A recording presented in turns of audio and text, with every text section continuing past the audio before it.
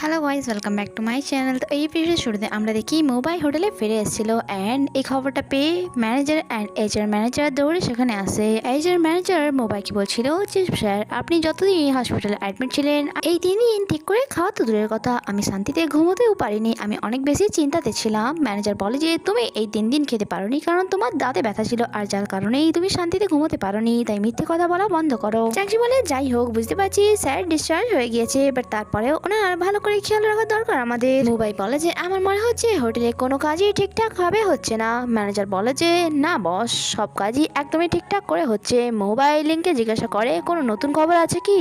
Link বলে হ্যাঁ, miss Mina বলেছে তিনি রিটায়ার নিয়ে নেবেন। নেক্সট সিনে আমরা চাংশিকে মিস মিনার সাথে দেখি যে তার সাথে দেখা করতে গিয়েছিল। এখানে এসে তাকে বলে আমি শুনলাম আপনি রিটায়ার নিয়ে নেবেন। মিস মিনা বলে হ্যাঁ, এই ডিসিশনটা নেওয়া অনেক বেশি মুশকিল ছিল, বাট আমাকে নিতে হয়েছে। সত্যি বলতে নিজের স্টার্টআপকে মেনটেন করা অনেক বেশি মুশকিলের, কারণ অডিয়েন্সরা খুব তাড়াতাড়ি বোর হয়ে যায় অ্যান্ড তাদের এন্টারটেনমেন্ট রাখার জন্য সবসময় কিছু নতুন করতে হয়। নয়তো তারা আমাকে তখন মনে করে যখন তাদের আমাকে নিয়ে সমালোচনা করার হয়, যা করে তারা অনেক বেশি আনন্দ পায়, যখন কি অ্যাপ্রিসিয়েট করা তাদের জন্য অনেক বেশি মুশকিলের কাজ। মিনা চ্যাংশিকে জিজ্ঞাসা করে তোমার এজ এখন কত। চ্যাংশি বলে যে 27। মিনা বলে আমিও ঠিক আমার কেরিয়ার তোমার মতোই বয়সে শুরু করেছিলাম অ্যান্ড আমার লাইফের সফলতা পিক পয়েন্টে ছিল তখন, অ্যান্ড প্রডিউসারদের লাইন লেগে থাকতো আমার পেছনে, কারণ তাদের আমার সাথে কাজ করতে অনেক বেশি ভালো লাগতো। বাট টাইমের সাথে সাথে তাদের এই ভালো লাগাটাও যেন কোথাও হারিয়ে গিয়েছে, অ্যান্ড তখন থেকে আজ পর্যন্ত আমি আমার লাইফকে শুধুমাত্র সামলে যাচ্ছি, বাট আর না, আমার বেস্ট হয়ে গেছে।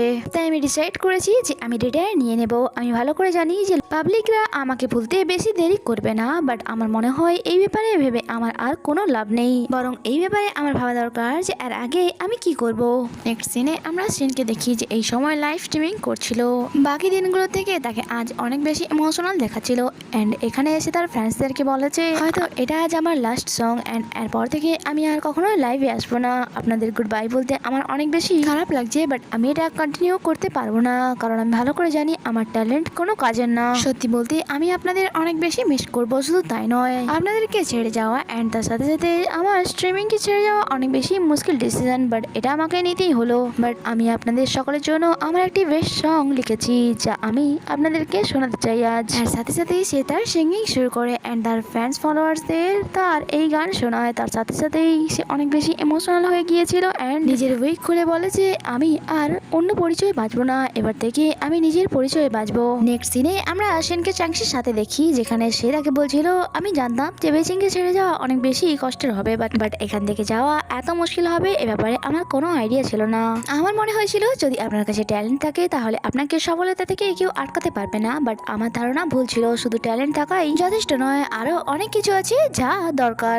সত্যি আমার অনেক বেশি খারাপ লাগছে এটা ভেবে যে এত বছর পরিশ্রম করার পরও আমি কিছুই ফল পাইনি। চ্যাংশি বলে ইটস ওকে, আর আমার মনে হয় তোমার যাওয়ার আগে আমাদের একসাথে ড্রিঙ্কস এনজয় করা দরকার হতে পারে এরপর, আর এই সুযোগটা হয়তো কোনোদিনই আসবে না। অ্যান্ড সে এখানে তাকে হাত করে বলে যে আমি বুঝতে পারছি এটা তোমার জন্য অনেক বেশি টাফ ডিসিশন, বাট এটাও আমি ভালো করে জানি যে তুমি চলে যাওয়ার পর আমি তোমাকে অনেক বেশি মিস করব, বাট আমি তোমাকে আটকাবো না, কারণ আমি ভালো করে জানি যে তুমি এখানে থাকতে আর একদমই চাও না, তোমার শরীরও ভালো নেই, তাই আমি চাই তুমি যেখানে থাকো হ্যাপি থাকো। নেক্সট সিনে আমরা দেখি চ্যাংশি শিনকে শিয়াপ করতে এসেছিল অ্যান্ড এখানে চ্যাংশি শিনকে বলে মনে রাখবে এখান থেকে যাওয়ার পর নিজের ভালো করে খেয়াল রাখবে, আর পৌঁছানো মাত্রই আমাকে ইনফর্ম করে দেবে।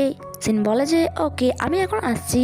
গাড়ি বসা মাত্রই সিন কান্নায় ভেঙে পড়ে, কারণ এত বছরের বন্ধুত্বকে ছেড়ে যাওয়া তার জন্য এতটাও সহজ ছিল না। চ্যাংশির সাথে কাটানো প্রত্যেকটা মুহূর্ত তার অনেক বেশি মনে পড়ছিল, সে চ্যাংশিকে অনেক বেশি মিস করছিল ওখানে। অ্যান্ড সে এটাই ভাবছিল যে বেজিং থেকে ফিরে যাওয়া এত কষ্টকর হবে আমার জানা থাকলে তাহলে কখনোই আমি এখানে শিফট হতাম না। তখনই তার কাছে চ্যাংশির কল আসে, যে তাকে বলে তুমি কত দূর গিয়েছো, যেখানে গিয়েছো সেখান থেকে ফিরে আসো, তুমি কি তোমার ফোন দেখোনি, তোমার ভিডিও ভাইরাল হয়ে গিয়েছে অ্যান্ড তার সাথে সাথে তোমার ফলোয়ার্সও অনেক বেশি বেড়ে গিয়েছে। শিন বলে যে চ্যাংশি এটা তুমি কি বলছো, দেখো যদি তুমি মজা করে থাকো তাহলে আমি তোমাকে জানিয়ে রাখি আমি মজার মুডে একদমই নেই, অ্যান্ড যে টপিকে তুমি মজা করছো তা আমার জন্য অনেক বেশি সেন্সিটিভ টপিক। চ্যাংশি বলে আমি একদমই মজা করছি না, তাই তুমি আগে তোমার ফোন চেক করো, আমি ভালো করে জানি যে তুমি এই ব্যাপারে মজা একদমই সহ্য করবে না, তাই সিনও এমনটাই করে।